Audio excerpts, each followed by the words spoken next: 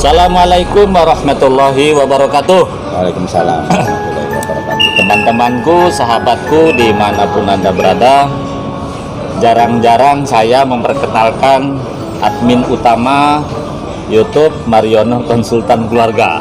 Aja kan? Namanya Mas Iwan yang membuat ya, didampingi sahabatnya ini ya. Kita sapa dulu ya. Assalamualaikum Mas. Waalaikumsalam Pak. Oke. Assalamualaikum. Oke, kita kenalan singkat. Mas Iwan nama Palembang, tapi aslinya mana? Jogja Pak. Jogja. Ya Allah. Jogja pun Surabaya. Lahir Surabaya, besar di Jogja Pak. Apa? Kalau saya Medan Pak. Medan. Medan asli. Iya Pak. Oke. Lanjut saja. Orang Sumatera terkesan tidak baik, padahal baik. Ini kan nada saja sebenarnya. Orang Jawa terkesan baik, padahal belum tentu. Kenapa kalau karakter orang Sumatera itu nadanya tinggi? Pernah nggak terbaca atau gimana itu? Saya pikir karena tinggal di alam Tinggal di alam. yang memang sedemikian rupa, harus sedemikian dia menyebut, mengatakan atau memanggil. Sebab seperti di sekitaran Danau Toba ada bukitnya juga, hutannya juga lebat, anginnya juga kuat, sering juga datang hujan. Di daerah itu kan dulu dingin sampai sekarang juga. Di Danau Toba misalnya, ketika akan memanggil orang, kalau tidak kuat nggak kedengeran. Oh, berarti orang Sumatera, termasuk saya kan lahir di Sumatera Selatan ya. Berarti ada kesamaan alam Sumatera Selatan dan Sumatera Utara. Jadi karena tuntutan alam. Sehingga ngomongnya sedemikian harus kuat. Di hutan memanggil orang atau di dekat pohon-pohonan itu nggak dengar. Lebih kedengaran suara burung atau suara Iya. hewan-hewan yang ada di Kadang-kadang hutan. rumah tuh kan dari pematang ke pematang ya. Nah itu dia. Oke. Mas Iwan, sampean wong Jogja, tapi lama di Jawa Timur. Sampean kok bisa kayaknya agak paham juga nada-nada Jawa Timuran. Iya, Karena karena- Jogja kan lembut. Nek Jawa Timur kan podo karo Sumatera kan. Ya. Itu gimana tuh kok bisa gitu? Di latar belakangnya dulu. Jadi waktu pulau saya ini lahir ya di Jawa Timur Pak. Oh, lahirnya Jawa Timur. Ya, lahir Jawa Timur. Di mana itu? Di Sidoarjo Pak. Oh, Sidoarjo. Ya, kebetulan bapak saya angkatan laut kan. Oh, TNI Bapak. Oh, di anu di Kodikal sana. Iya, heeh. Surabaya. Nah di sana saya lahir. Habis itu SMP saya pindah ke Jogja Pak. SMP pindah ke Jogja. Suruh bapak untuk sekolah di sana. Oh, berarti lahir di Surabaya. Iya. Berarti dua bahasa bisa memahami ya? Ya, karena mungkin bahasa sehari-hari di rumah mulai dari kecil itu kami sekeluarga pakai bahasa Jawa Timuran. Jadi walaupun kami pindah ke Jogja ya bahasa Jogja agak nggak ini Pak. Udah banyak ke Jawa Timuran. Iya, banyak lari ke Jawa Timur. Dialek aja sih sebenarnya. Terus Mas Robert, sudah nikah? Sudah? Punya anak berapa? Baru 4. Sudah empat. Baru 4. Beda tuh. Baru 4 apa sudah 4? Sudah empat. Sudah 4. Dari satu istri apa 2 istri? Satu. Oke. Sudah berapa anak? Empat Pak. 4. Berarti dia dari berapa istri? 3 istri lah. Hebat. Aku terus terang Pak Iwan, kalah aku. Nah, ya, oke. Hebat Mas. Putus Oke. nyambung kayak. Iya.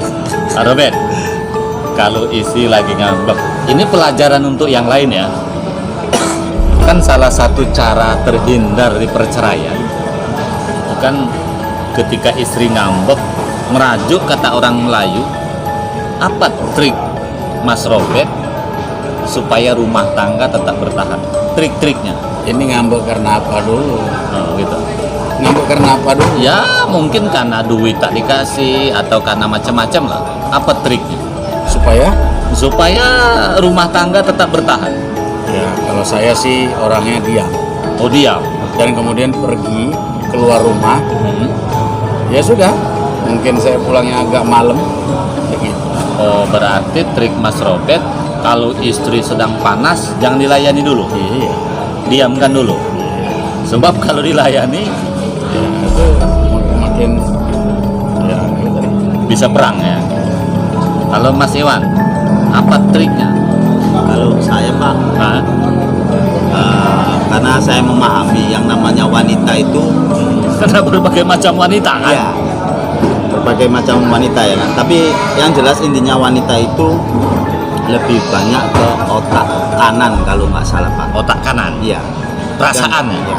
Jadi dia diharuskan memang mengeluarkan 1.600 kata per hari Pak. Per hari. Per hari.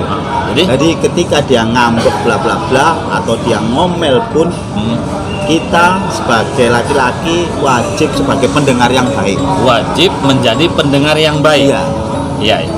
Kita dengarkan aja apa yang dia katakan, kita dengarkan dan kita tahankan bahwasanya ya memang seperti itulah wanita. Walaupun kita nggak terima, Iya. tahankan saja dulu. Kita tahan aja dulu.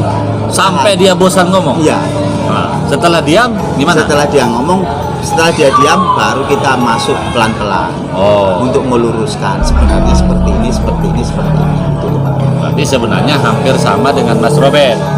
Kalau ilmunya masih Iwan tadi, dengarkan, tahankan. Kalau beliau tadi lebih memilih daripada berkelahi di rumah, ini sama-sama benar ya. Lebih bagus kita pergi ke kedai kopi, minum teh obeng, nah kira-kira begitu. Mas Robert sekarang umur sudah berapa? 53. 53, tapi kelihatan masih muda. Apa resepnya tuh? Resepnya itu ya harus tampil gaya lah sedikit, jangan kayak orang desa. Oh, berarti gaya. Ya gitu lah. Karena kan saya besar di kota. Oh, Jadi kalau keluar rumah jangan pakai celana pendek, haruslah disisir rambutnya. jadi Baju juga jangan baju yang ada istilah formal. ada istilah Sumatera Selatan, wajah tu wajah dia. Biarpun buntu yang penting bergaya. Ah, katanya. Jadi walaupun kita ini sudah semakin menua, tapi tetap harus gaya milenial. Gitu kira-kira. Kira-kira gitu. Kalau Mas Iwan sudah berapa umur? 44 Pak. 44. Nah, Amin tadi berapa? 50? Bayangkan. Berarti selisih sekitar 9 tahun. Tapi kalau lihat wajahnya berimbang. Sebentar saya basah bibir dulu ya Pak. Iya, iya. Biar kelihatan lebih muda. Sebentar Pak, sebentar. Iya, iya, iya, iya. Karena saya Karena rambutnya utuh Pak. Karena Pakai semir nggak rambut? karena saya kemana-mana itu bawa pedang, Pedang apa? pedang tampan. Oh, stop. Jadi saya ingat. Bapak jangan ucap gitu Pak. Enggak, waktu saya ingat sekolah, zaman dulu, zaman anak sekolah dulu kan, pasti kan bawa sisir. Zaman sekarang, karena saya anak sekolah ya, nyaris tak pernah ada yang bawa sisir. Zaman dulu bawa sisir, Pak. Mas Iwan. Zaman dulu ya. Mas Iwan, sampean kan termasuk pengalaman punya istri lebih dari satu. Nah, setelah sampean memilih apa? Ini untuk pelajaran yang lain ya. Iya. Sampean kan katakanlah nikah sudah 3 kali. Rekomendasi sampean kepada klien yang saya hadapi dan subscriber yang sekarang sudah 5.000 lebih. Saran sampean sebagai laki-laki, apakah istri kalau bisa lebih bagus istri lebih dari satu atau cukup satu saja sebagai orang yang pengalaman? Apa rekomendasinya? Kalau saya lebih bagus satu Pak. Oh, sarannya lebih bagus satu. Ya. Kita lebih dari satu karena keadaan ya. Ya. Karena Apa pertimbangannya? ya pertimbangannya kalau sekarang gini loh Pak. Sebenarnya banyak wanita itu bullshit lah, dia bilang mau di madu itu Bullshit ya. Bullshit. Bohong ya. Walaupun orang singkatannya imannya kuat, Ya. sepakat aku. Nah, jadi satu saja. Satu. Alasannya? Ya alasannya itu karena kalau saya melihat itu wanita ini banyak basa-basi Pak. Banyak basa-basi. Iya, banyak basa-basi. Bukan hanya istri, termasuk wanita lain. Iya, wanita lain itu banyak basa-basi.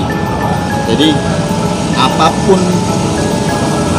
kehendaknya itu biasanya harus diturutin nih Pak. Kecuali kalau kita ini seorang miliuner, itu beda lagi. Itu beda lagi Pak. Maaf kalau beras aja masih ngutang. Nah, Berarti rekomendasi Mas Iwan, walaupun Mas Iwan tuh istri 3, bukan karena keinginan yang kuat, tapi keadaan memaksa seperti itu. Nah, jadi untuk teman-teman ya, wong lanang ya, sing nguteke bola-bali rubah rabi wae. Ini ada pengalaman dari sahabat saya, katanya kalau bisa cukup 1 saja. Oke, saya tanya Mas Robert, kalau beliau ini kan pengalaman istri 3, kalau bisa cukup 1 katanya. Kalau Mas Robert, ada nggak keinginan nambah bini? Enggak. Apa alasannya? Alasannya, Nah, saya udah pernah melihat, sudah pernah melihat. ya, apabila seorang suami yang beristri 2 atau 3 dan masih tetap dipelihara hubungan dengan yang 2 dan yang 3, apabila suami itu meninggal, tentu di rumah yang lebih tua, karena semuanya akur juga, tapi lain-lain rumah. Iya. Sangat pedih kalau punya anak. Berarti Anak yang dari istri kedua, ketiga, kita pernah lihat, dia tidak datang ke tempat duka itu. Karena apa? Mungkin yang pertama, menjaga perasaan istri tua. satu, mungkin kena semprot juga atau gimana. Oh, iya. Jadi akhirnya, karena ini memang juga bapak kandung yang meninggal, di istri kedua dan ketiga, anak itu temangu-mangulah di tempat jauh, sehingga ini menimbulkan satu problematik sosial secara psikologi bagi anak. Dan juga apabila ditinggalkan, tentu istri kedua dan ketiga ini memiliki anak lebih muda. Saya sudah melihat itu. Apabila ditinggalkan ayah dia masih SMP atau SD, dia akan kekurangan pangan, mungkin papan. Iya. Sehingga di kedepannya mungkin kalau ibunya berjodoh dengan yang lain, tapi karena masih muda, bisa saja muncullah ayah baru di tengah-tengah keluarga ini, dan anaknya memiliki ayah baru. Kalau bagus, ayah barunya ayah tiri, ayah sambung. Iya. Kalau tidak, Menderita lagi. ya itu makanya yang paling sakit itu ya seperti itu tadi, dia keluarga istri pertama tuh nggak terima itu, padahal ayahnya satu. Itu sangat membuat miris. Oke. Ayahnya meninggal, dia tak lihat untuk terakhir kali. Kemungkinan seperti itu melihat orang itu, sehingga lebih baik nggak usah. Oke. Lagipun kan dapur jadi tambah. Kalau pendapatan pas-pasan, kalau pendapatan nggak pas, dicari yang lebih ini, semuanya bisa dihalalkan pula nanti. Iya. Ini menjadi dilematis. Kalau persoalan lain-lain itu kan nggak ada. Misalnya dari istri pertama, nggak ada masalah. Kenapa harus berpoligami? Iya. Karena poligami itu membawa efek yang sangat complicated. Oke. Di jawaban Mas Robert ternyata yang pertama betul. Saya juga menyaksikan itu. Ketika bapaknya meninggal dunia, itu umumnya anak dari istri muda atau istri muda tidak datang. Ini suami, iya kan? Datang, nanti kena bekelahi. Ada juga yang bekelahi. Yang kedua itu tadi betul. Istri muda yang kemungkinan punya anak juga, kan tentu ketika ditinggal suami kan harus nikah juga demi anak tadi kan. Umumnya laki-laki itu hanya sayang emaknya, tak sayang anaknya. Jadi ternyata dari dua narasumber ini sama teman-teman. Kata yang sudah pengalaman nikah lebih dari 1, cukup 1 saja. betul. Itu masih banyak. Kata yang 1 sudah 1 saja. Jadi oleh karena itu, nah terakhir nih tentang politik lah di kancah nasional nanti pemilu. Menurut Mas Iwan, supaya tidak muncul lagi gaduh, dulu ada suami istri, gara-gara beda pilihan capres ada yang sampai cerai, itu faktanya ya. Menurut Mas Iwan, langsung saja, calon presiden ini cukup 2 apa lebih dari 2 enaknya supaya tidak bentrok? Ya kalau menurut saya ya cukup 2 Pak. Cukup 2. Iya. Tidak menimbulkan kelahi lagi. Ya. Yang pertama Ini kan menghindari perang lagi. Yang pertama juga irit biaya anggaran negara, Jadi Pak. biaya anggaran.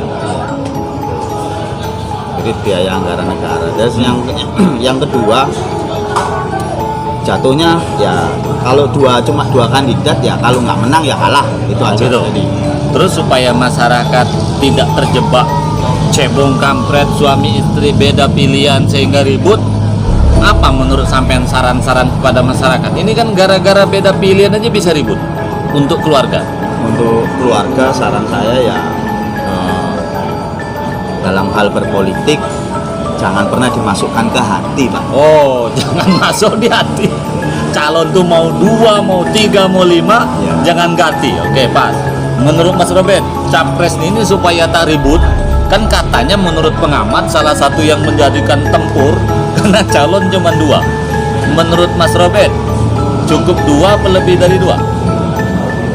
Kalau saya, Nah, kalau 2 bagus, 3 bagus. Tapi benar nggak politis atau partai politik mengakomodir lebih dari 3? ya. Kalau sesuai undang-undang mungkin Karena 3 20%, cukup, ya. 3 cukup. Jadi menurut saya Hmm. lebih baik dipilih oleh anggota DPR saja, Nah, supaya tidak kampanye-kampanye yang bikin perpecahan atau masalah ya di lapangan. sepakat Pak Robert dengan saya. Jadi tidak usah melibatkan masyarakat ya. Iya, ini masyarakat ini belum dewasa masalahnya. Ini kan undang-undang belum berubah ya.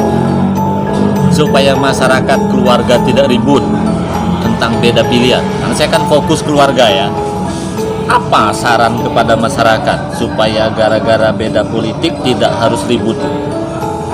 Ya saran saya Nah, cukup rahasia saja, oh, tak usah diomong-omongkan. usah diomong-omongkan, sebab memang secara otomatis kalau dipilih oleh anggota DPR RI, masyarakat itu tidak sibuk di lapangan, tidak sibuk di rumah, dan juga tidak sibuk kampanye yang memakan biaya besar, Oh, dan juga tidak juga direpotin dengan pilihan yang berbeda di satu rumah. Kalau ada pun paling-paling ya udah aku pilih A karena begini, B calon capres yang begini, C capres yang begini, sehingga tidak akan ya udah kalau menang ya udah kamu pilihan kamu menang, terima kasih legowo. Sehingga bukan partainya yang ini sekarang ini kan ini kampanye kan partai-partainya juga ikut, sehingga bisa membuat ruwet. iya, iya, iya. Oleh sebab itu baiknya DPR RI saja yang memilih sesuai dengan ada di dalam Pancasila. Apa itu kerakyatan yang dipimpin oleh hikmat Iya. kebijaksanaan Kan dalam sebenarnya perusahaan perwakilan. Iya. Ada perwakilan. sebenarnya pendiri Kita udah bangsa ini udah bener ya. Wakil rakyat, iya dia. Kami sudah wakilkan kepada Bapak Ibu. yang Ngapain terhormat. kita dilibatkan kan? Makanya habis duit juga, APBN dan sebagainya. Juga nanti ini ada perpecahan di tetangga. Nah, Karena ini nanti kampanye dengan capres dan partai ini, dan ini begitu. Tetangga bukan hanya rumah tangga. Satu RT pun bisa berbeda pendapat. bisa ribut. Iya, kubu-kubuan. Bahkan ada orang yang sudah dikubur terpaksa dipindah. Coba. La ilaha illallah. Data juga, apa dulu juga. Tapi kalau yang memilih, DPR. tadi kan Bapak bilang kan ada yang meninggal, datanya dibuat, tapi orangnya bisa berganda, coblosannya di TPS berbeda. Tapi kalau di DPR RI, di satu ruangan itu cukup satu orang, one man one vote. Udah pilihlah ini, masyarakat umum Iya. tinggal berdoa. Ternyata pengamat walaupun kelas Batam tak kalah juga dengan nasional. Kalau jawaban Mas Iwan, jangan masukkan di hati, itu betul. Kalau jawaban Mas Robert lebih hebat lagi. Sudahlah, kembalikan saja ke DPR. Itu saya setuju. Yang kedua, yang menjadikan problem masyarakat kemudian kelahi karena hati nurani diungkapkan ke publik. Iya kan? Melalui SMS, WA, saling caci maki, berita hoak kan gitu. Mestinya pilihan kan cukup dalam hati. saya memilih si A, nggak usah diomongkan di medsos. Sebenarnya yang menjadikan persoalan, betul ya, kata beliau tadi, undang-undang kita kan jelas. Apa Pancasila sila keempat itu? Kerakyatan yang dipimpin oleh Dipimpin loh. Hah? Udah ada pemimpin kita kan? Iya, ha. Oleh hikmat Hikmat tahu kan? kebijaksanaan, ha. Hikmat ini kan pengabdian. Pengabdian, Hikmat kebijaksanaan, pengabdian yang bijaksana dalam bermusyawaratan yang diterwakilkan. yang diwakilkan oleh Sudah. Di situ kan sudah finish arti-arti daripada sila itu gitu. terus ada nggak peluang untuk mengembalikan presiden dipilih oleh DPR, MPR? Iya, makanya sebenarnya DPR itu adalah yang memproduksi undang-undang Pilpres dulunya. Tapi di era reformasi itu ya diplesetkan. ya dibuat gitu. Iya, iya. Ada timnya. Tetapi kalau dilihat, kita kan udah melihat berapa tahun ini. Kalau menurut saya dalam penggemblengan dari awal, katakanlah dari tingkat ranting partai itu kan sudah jelas sampai ke cabang, anak cabang sampai ke daerah. Kan di awal dari ranting. Iya, iya. Nah, disatukan dibawalah ke pusat untuk dipilih lah, inilah presiden kita, kata partai A, partai B dan seterusnya begitu juga. Oke. Jadi luar biasa ini ya. Satu, kepada Mas Iwan, jangan masuk di hati, ibu-ibu ya. Ini nampaknya, maaf, walaupun pimpinan yang kemarin berseberangan bersatu, ternyata masyarakat belum menyatu. Ini pembuktian ya.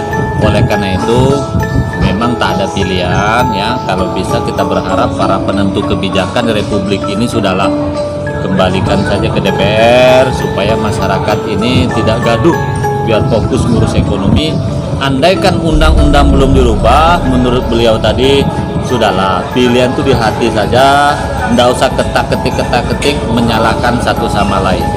Terima kasih Mas Iwan, terima kasih Mas Robert, mudah-mudahan sehat selalu, panjang umur, tetap setia sampai mati. Amin. Assalamualaikum warahmatullahi wabarakatuh. Waalaikumsalam.